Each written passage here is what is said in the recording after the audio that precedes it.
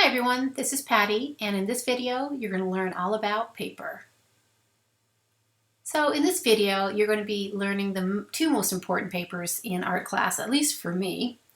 When to use each type of paper, why high quality watercolor paper is sometimes unnecessary, and how to prevent wrinkling and warping.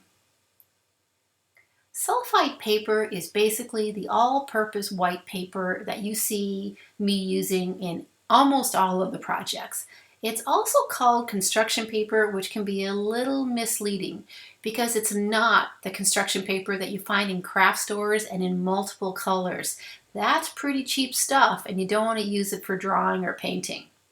So the sulfite paper is called sulfite paper because it's a process that extracts lignin from wood chips, and it produces the pure cellulose fibers. And this makes the paper smooth and white, which makes it perfect for all sorts of tempera paints, certain watercolor projects, some cutting projects, oil pastel, marker, and chalk pastel. Now, watercolor paper doesn't have to be expensive. You can buy the cheap 90-pound school grade variety, which is what I've always used, and the kids produce great results. I sometimes buy the huge sheets, I think they're 24 by 36, and if I buy them in packs of 100, they tend to be a little bit cheaper, and then I just cut them down to whatever size I need. Now, you might be familiar with watercolor and watercolor paper because you might be an artist yourself. And when you're using watercolor paper, you might tape your paper down to a cardboard, and you might think that that's important for kids to do. There's some art teachers who do think this is important, but I'm not one of them. This takes far too much prep, and it's time use that I just don't have with my kids. I see them so few times a year that I take advantage of every single minute. So wrinkling and warping is completely expected, but it's so easy to fix. All you have to do is take your dry watercolor projects and put them under some heavy books. Easy peasy. Now, watercolor paper should only be used with watercolor paints. For some strange reason, and every so often, I see art teachers or parents or whomever use tempera paints on watercolor paper. And I don't know why. I guess it's because they think the heavier the watercolor paper, then the paper won't wrinkle. But for tempera paints, you want to use paper I just talked about, which is the sulfite paper. And if the paper wrinkles, do the very same thing. Put it under a big stack of books and it'll be fine. Oh, and one tip that I had from an art teacher in one of my e-courses, do you know what she does? She actually uses a low temperature iron, and she irons her children's artwork. Pretty clever. Now, watercolor paper, like I said, you can buy it pretty big and then you can cut it down, or you can just buy the 9 by 11 size. Here's a trick, or a little tip anyways, to remember. The smaller the paper, the faster the project will take. So don't be afraid of giving your students 9 by 12 inch pieces of paper.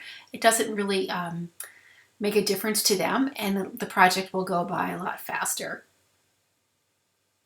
Now, some other papers you might want to consider for your art room, and especially for the art curriculum. See those pretty little flowers in the centers that has the little craft papers? Those are great. Do you know what that is? It's a 12 by 12 sheet of craft paper or scrapbook paper. And I buy them during sale periods at Michael's craft store. And you might have different craft stores in your area, but the 12 by 12 works great. You can cut it down to 6 by 6s, which is what I almost always do with the quality craft paper, because you don't want the kids to use a whole sheet. Because if you've been around teaching art for a while, you know what happens. A child takes a 12 by 12 sheet of beautiful printed paper and they cut a circle out of the very tiny middle, or the very middle, and it's a super small circle and everything else is kind of wasted. Yeah, that's happened to me lots of times. Like I said before, I use the big sheets and I cut them into small 6 by 6 inch squares, and I put them in trays and I just kind of deliver them kind of in small amounts to the kids, just so they don't overuse them. And I might have skipped this step, but the quality of these craft papers that are found in craft stores like Michael's that are used for scrapbooking are far better quality than the craft or printed paper you're going to find from art stores online. I don't know why, but they're just different. So I try to keep my craft papers to a minimum and use only for certain embellishments. And I tell you why. Because if you can get a child to create the embellishment for an art project, it's always so much better. But every now and again, you want a little tiny bit of shortcut, and kids really have fun mixing it up every now and again. They don't always have to create every little piece of their project from scratch. It's kind of like recipes. Every now and again, you want to throw in one of those store-bought items. So other papers you can use, tissue paper. I don't use a lot of projects exclusively with tissue paper, but it's pretty much a must-have for the art room. It's super cheap, so you don't have to buy a whole lot for you to be well stocked in your art room. Now here's the thing that you may not know. Tissue paper comes in bleed and no bleed sheets.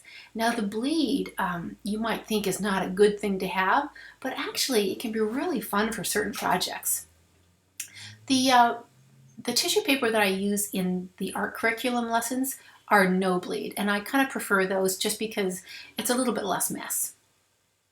Now the project on the left here is a Klee acrylic abstract painting, and it's using canvas paper. So you can use stretch canvas boards, but they tend to be a little bit expensive. And you can also buy the framed ones, the canvas that's stretched over frames. Those are out of my budget for my art room. If you can afford them, then go right ahead. I would order them from an art supply company online. It'll be a little bit cheaper. Now cellophane is a fun purchase, and I've used them in this project or in the art curriculum with a Matisse project, but they can also be used for paper mache and other stained glass projects. Kind of a fun thing to have. So here's your paper checklist. The brand of sulfite paper that I use is True Ray. There are other brands and they're probably just as good. I like the 70-pound weight. If you can get 76, even better. You want to buy lots of white, and black, and then you want to get primary and secondary colors. I buy the 90-pound watercolor paper. I'm not brand specific, and the pricing changes a lot amongst brands. I just buy the cheapest there is. You want to purchase some 12 by 12 inch scrapbook printed paper. Don't buy the individual sheets. Try to buy the pack that has about 100 sheets, and they're usually on sale. Instead of buying framed canvas, I like the 12 by 9 inch, or there might be different sizes, the canvas sheets that for acrylic paints that look like watercolor pads. You just tear out the sheets. I find these are easy to store and the easiest to use for kids. Now, the sulfite paper also comes in larger sizes, 18 by 24. If you're working in a school, your school probably has this stuff, but it's helpful for you to buy at least one pack to use as the placemats, and that's what I use for my table protectors and also just to wipe paint off of. And again, the tissue paper pack, you can get no bleed or bleed, it doesn't really matter. And finally, you want to have some cardstock on hand to make your templates. So hopefully that helps you with the paper products, and I'll see you in the next video.